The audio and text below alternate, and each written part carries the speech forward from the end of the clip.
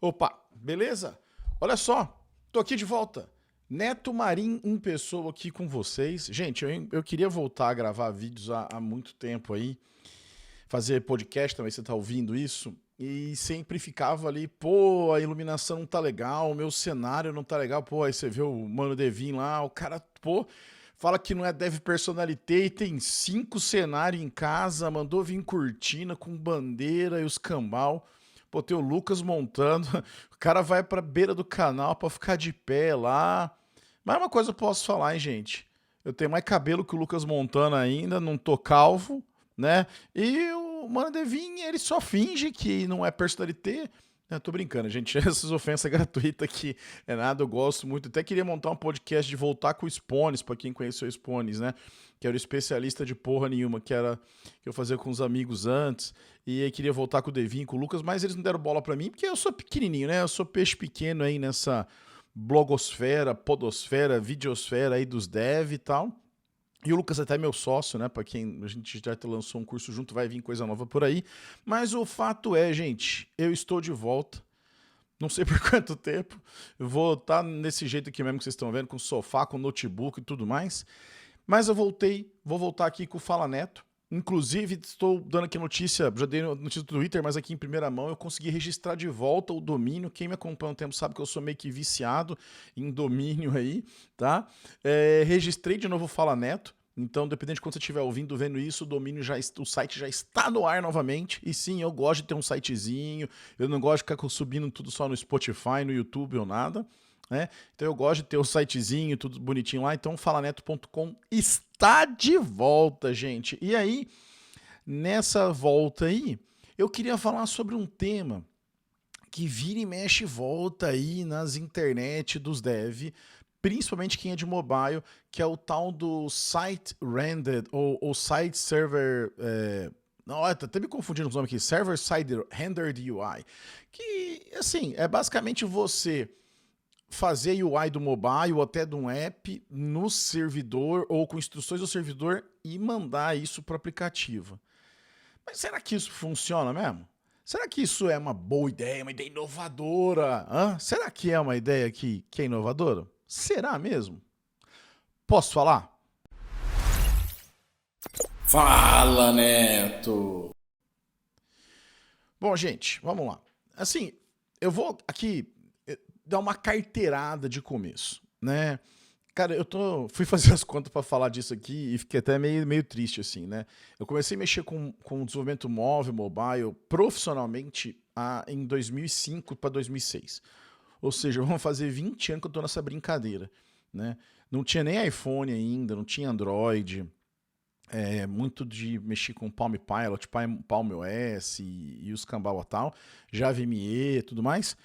J2ME na época, né? E depois fui migrando para essas outras plataformas. E assim, deixa eu te contar, essa ideia de server-side rendered UI, isso aí, ó, existe, cara, há muito tempo. Porque se você for pensar numa lógica do tipo, olha, eu não sei como que é o celular ou o dispositivo, ou eu quero mandar uma tela nova, né, para isso aí. É, pô, eu faço isso aqui no meu servidor, no meu lado, e mando isso e o mobile só renderiza aquilo para exibir. Sensacional, hein? Sensacional a ideia.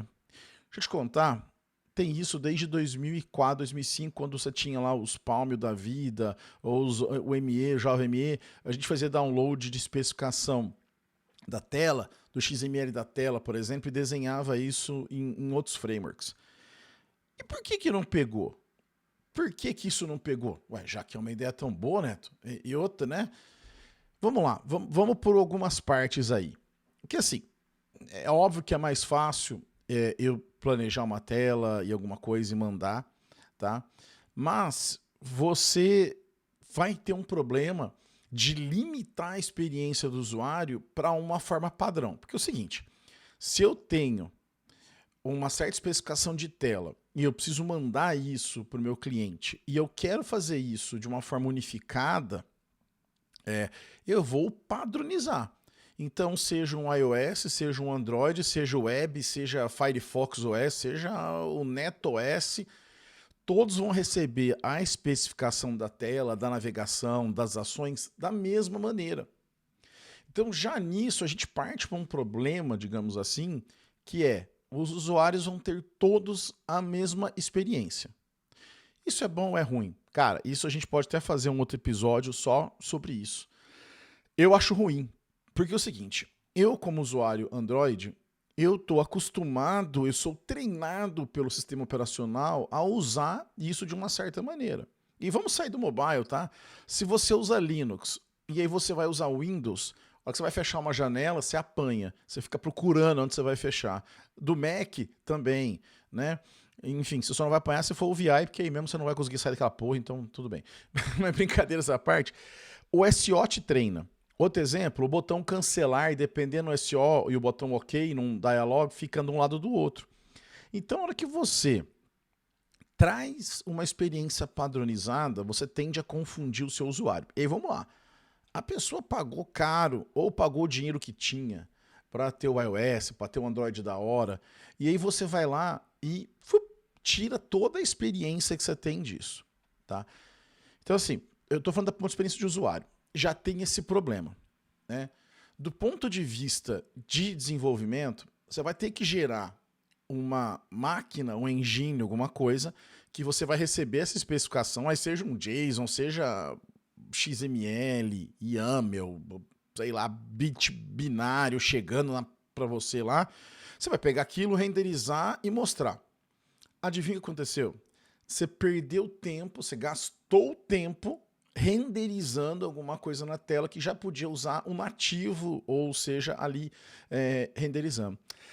Isso é um problema principalmente quando você tem telefones, dispositivos de baixa capacidade de processamento, porque você vai ter que às vezes navegar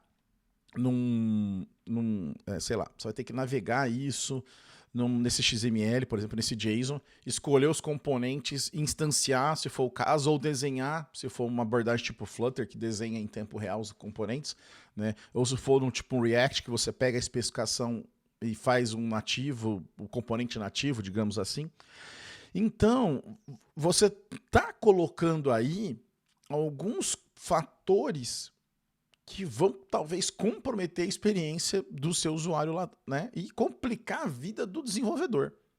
Porque só, se você pode usar componentes já existentes do SO ou do SDK que você estiver usando, então, né? O SDK porque, vamos lá, o Flutter, ele não é um SO, ele é um framework, né? Tem gente que fica bravinho de falar isso, mas é um UI framework, tá? Você, desculpa aí, mas é isso que o Flutter é. Ele usa o SDK, ele usa a linguagem Dart, mas ele é um UI SDK, né? Ele vai lá e monta a telinha para você. Mas, frescurites à parte, você está adicionando uma complexidade, cara. Validar o tipo de componente, criar o componente. Dependendo da versão do sistema operacional, pode ser que haja uma mudança no que o componente oferece. Então, olha só, você começa a colocar uma camada que talvez você não tenha necessidade de fazer isso, né? Ah, Neto, mas pô, quando eu faço isso, eu consigo fazer uma página aqui que eu mudo dinamicamente. Tá, mas a que custo você vai fazer isso? Tem outros mecanismos para você fazer um conteúdo dinâmico no seu aplicativo sem precisar essa porcaria de ficar renderizando, mandando da UI para lá, do servidor para sua UI, tá? Então assim, se isso fosse realmente bom, gente, eu sou velho, reclamo, né? Quem me conhece sabe disso. Se isso fosse bom, você tava vendo um monte de empresa grande usar isso aí. Você tava vendo um monte de app grande usar. E não usam, né?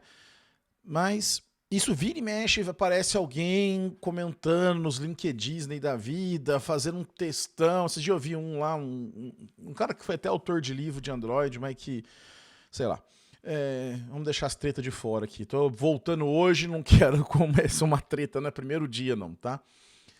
Mas beleza, Neto. Por que você tá falando isso, então? Se o negócio não é relevante, se você tá achando isso, por que você veio falar disso num episódio de volta aí do Fala Neto? Você veio...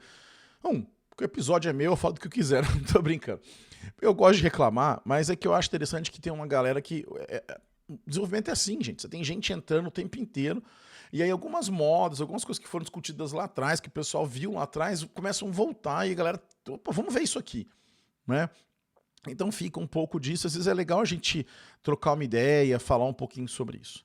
Mas, todavia, contudo, entretanto, será que tem algum nicho para o uso desse tipo de interface aí? Será que tem algum sistema, algum lugar que isso vale a pena? Então, tem alguns casos que a gente sim vê uma utilidade para, por exemplo, aplicativos de banco ou alguns varejos. Por quê?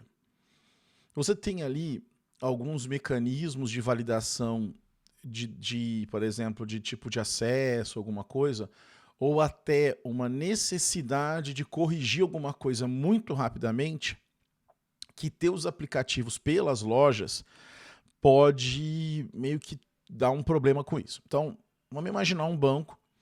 Vamos pegar um banco, eu acho que é um dos exemplos onde esse tipo de arquitetura ela é mais usada, talvez, e que se justifique mais.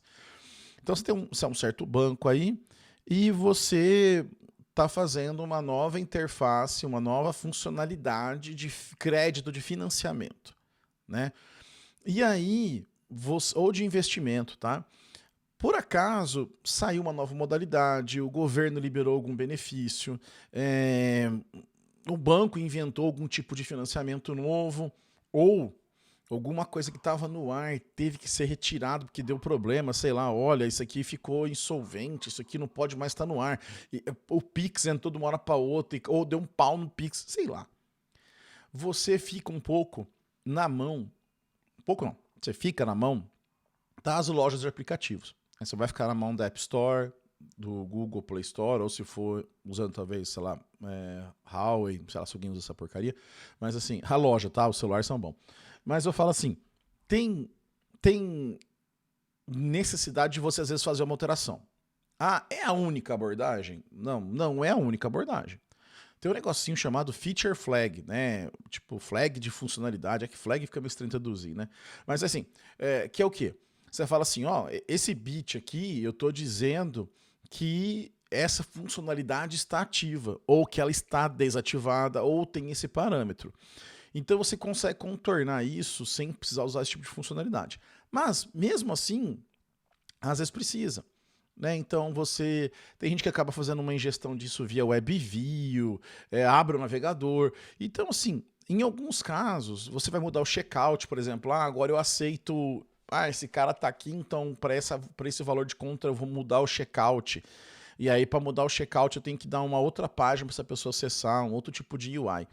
Então, para alguns meios, para alguns pontos, isso se justifica muito, né? Você ter essa liberdade de atualizar a sua aplicação sem passar pela loja, né? Só toma um cuidado que tem lojas, tem às vezes, dependendo que se você atualizar, isso pode configurar lá uma quebra de algum tipo dos termos lá, e o seu app ser removido, ser flegado, esse tipo de coisa. Então, toma cuidado, presta atenção no que você está fazendo, se é isso mesmo que você quer fazer e tal, porque às vezes pode dar uns chabu nesse sentido aí, tá? Mas, então, muito cuidado, gente, quando você vai lá no LinkedIn, Disney lá, e aí tem um cara que trabalha num banco, que publicou um livro, que mexe com um framework, e aí começa do nada ou defender muito esse tipo de abordagem. Tenta entender o que está por trás do uso daquilo. Ah, Neto, é legal, eu tenho uma equipe pequena, eu tenho uma missão crítica, eu tenho uma parte do meu aplicativo que eu preciso renderizar isso, tá. Então, beleza. Mas, assim, eu chuto aqui, tá? Agora é no chutômetro aí, tá bom? Você que está aqui ouvindo isso, assistindo isso, eu diria que não dá 2% que realmente precisariam fazer atualizações emergenciais no app, né? Então, assim, que justificaria você ter ali renderizar essa página e enviar, ou eu tenho uma base de exposição. Sei lá, sabe, você tem alguma justificativa mais plausível, eu acho que vai ser muito difícil, né? Agora, tem outros nomes também, né? Agora até lembrei aqui, falando com vocês, eu tô lembrando, o pessoal também chama de back for front-end, né? Que você manda... Aí é um pouquinho diferente, né? Você tem até umas questões de renderizar e mandar renderizado, ou mandar as instruções para renderizar essa página, tá? Cara, tinha até uma empresa brasileira que acho que chama Zup, não sei se eles usam esse nome e tal, um amigo meu foi para lá, é DevRel, eles tinham um projeto chamado Beagle, se não me engano, que chamava Beagle, que era mais ou menos como se fosse um framework disso, tá? E ele prometia que ele ia gerar de mais de uma no back-end e tal, né? Olha lá, até tô vendo a página aqui, ó.